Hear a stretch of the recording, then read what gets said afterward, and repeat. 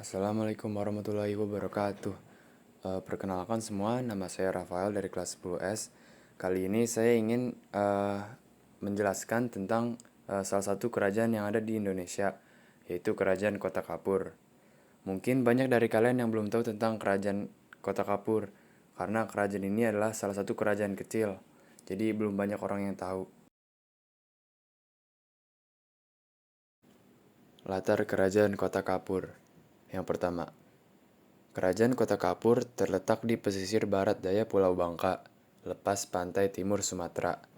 Yang kedua, Kerajaan Kota Kapur berkembang terutama selama akhir abad ke-7 Masehi, sezaman dengan tahap awal ekspansi Sriwijaya atau Kerajaan Sriwijaya. Yang ketiga, Kerajaan Kota Kapur merupakan kerajaan yang bercorak Hindu yang berarilan Waisnawa.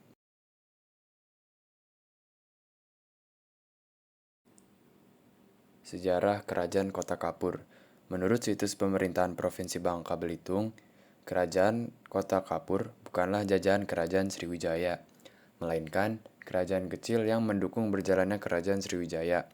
Namun, seiring berjalannya waktu, Kerajaan Kota Kapur mulai melakukan perlawanan pada Kerajaan Sriwijaya.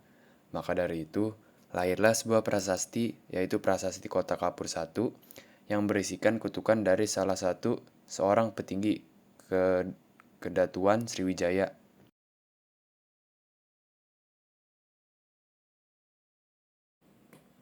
Peninggalan Kerajaan Kota Kapur.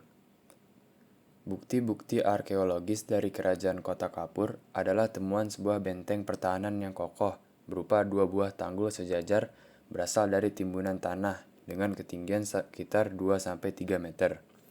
Selain itu, ditemukan pula reruntuhan candi Hindu bercorak Waisnawa, lengkap dengan arca-arca batu Dewa Wisnu yang diperkirakan berasal dari abad ke-5 sampai 7 Masehi. Ada juga temuan piring bekas masyarakat Kerajaan Kota Kapur, prasasti, dermaga, papan perahu kuno, benda emas, keramik, dan juga tembikar. Pengaruh budaya. Dasar Austronesia, gaya tembikar lokal, dan bukti linguistik menunjukkan dasar budaya Austronesia. Pengaruh India. Adopsi kata pinjaman Sanskerta dalam prasasti, praktik keagamaan dan gaya seni Hindu-Buddha, penggunaan sistem tulisan yang berasal dari India, koneksi Tiongkok, keramik impor Tiongkok, dan kemungkinan pengaruh arsitektur menunjukkan partisipasi dalam lingkup budaya Asia Timur yang lebih luas. Berikut gambar peninggalan. Yang pertama ada candi pertama, gambar kedua adalah candi kedua, dan gambar ketiga adalah candi ketiga. Gambar 4 adalah gambar dermaga, dan 5 adalah benda emas. Prasasti Kota Kapur. Penemuan ditemukan pada tahun 1892 oleh pejabat kolonial Belanda di Pulau Bangka, bagian dari serangkaian prasasti berbahasa Melayu kuno yang terkait dengan Sriwijaya. Deskripsi fisik. Bahan dari batu stele, dari batu pasir. Dimensi tinggi sekitar 1,5 meter. Aksara Melayu kuno yang berasal dari Palava. Penanggalan bertanggal tepat 686 Masehi atau 608 Saka. Tanggal ini disebutkan secara eksplisit dalam prasasti. Bahasa dan aksara. Dituliskan dalam bahasa Melayu kuno, bentuk tertua yang diketahui dari bahasa Melayu, menggunakan aksara Palava, berasal dari sistem tulisan India Selatan, menunjukkan adopsi awal sistem tulisan India di Asia Tenggara. Isi dibuka dengan pujian kepada dewa-dewa lokal, menyatakan kekuasaan dan otoritas penguasa Sriwijaya, mengeluarkan kutukan terhadap mereka yang mungkin memberontak terhadap Sriwijaya, menyebutkan ekspedisi militer melawan bumi Jawa atau Tanah Jawa, memberikan wawasan tentang retorika politik dan strategi ekspansi Sriwijaya. Signifikansi historis. Salah satu prasasti berbahasa Melayu kuno tertua yang dapat ditanggali memberikan bukti kontrol politik Sriwijaya atas Pulau Bangka, menunjukkan kebijakan ekspansionis Sriwijaya terhadap Jawa, mendemonstrasikan penggunaan otoritas keagamaan untuk memperkuat kekuasaan politik. Ekonomi Kerajaan Kota Kapur.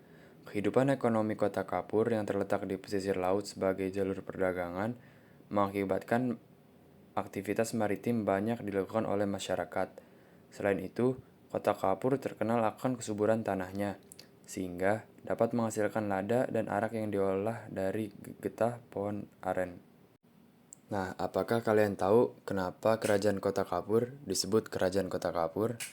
Nah, penamaan Kota Kapur merujuk dari kekayaan daerah tersebut yang merupakan sentra penghasil kayu kapur.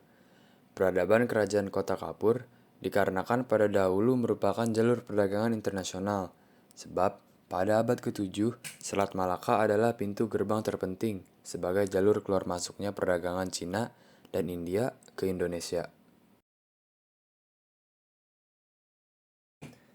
Kegiatan ekonomi dari perdagangan maritim. Contohnya ada pengendalian Selat Bangka, partisipasi dalam jaringan perdagangan.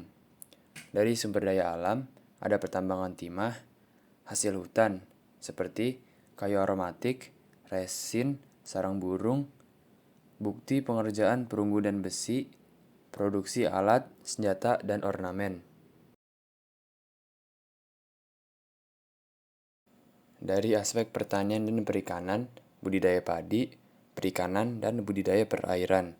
Dari produksi kerajinan, ada pengerjaan logam, produksi tekstil, dan juga tembikar.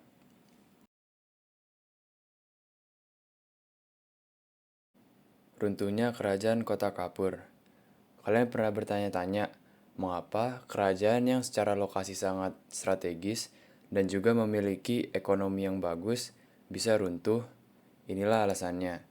Selat Bangka merupakan jalur perdagangan yang sangat ramai, namun juga menjadi markas bagi para perompak.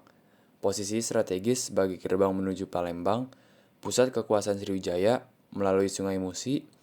Melihat pentingnya wilayah ini, Raja Dapunta yang penguasa kerajaan Sriwijaya mengirim bala tentaranya untuk menyerang kerajaan Kota Kapur.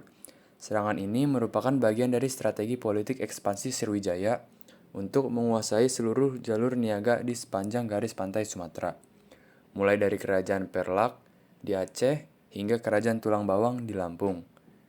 Dalam upaya menaklukkan Kota Kapur, Sriwijaya menggunakan taktik cerdik dengan menawarkan kerjasama kepada para perompak yang beroperasi di kawasan tersebut.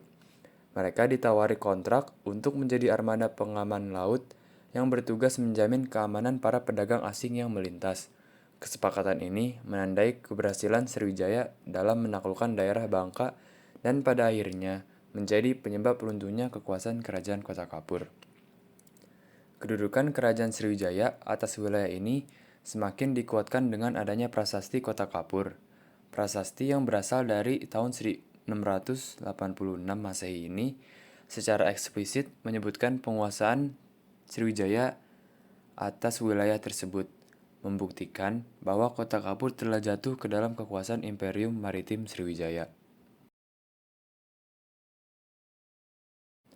Nah, sebelum saya mengakhiri presentasi saya kali ini, perlu diketahui bahwa Kerajaan Kota Kapur masih diteliti oleh para peneliti atau ilmuwan. Bahkan, raja-rajanya saja masih belum diketahui karena masih minimnya informasi yang didapat. Mungkin saja di masa yang akan mendatang, informasi-informasi yang sudah saya sampaikan tadi ada kesalahan atau mungkin ada informasi-informasi baru. Jadi, sekian itu saja dari presentasi saya. Terima kasih. Wassalamualaikum warahmatullahi wabarakatuh.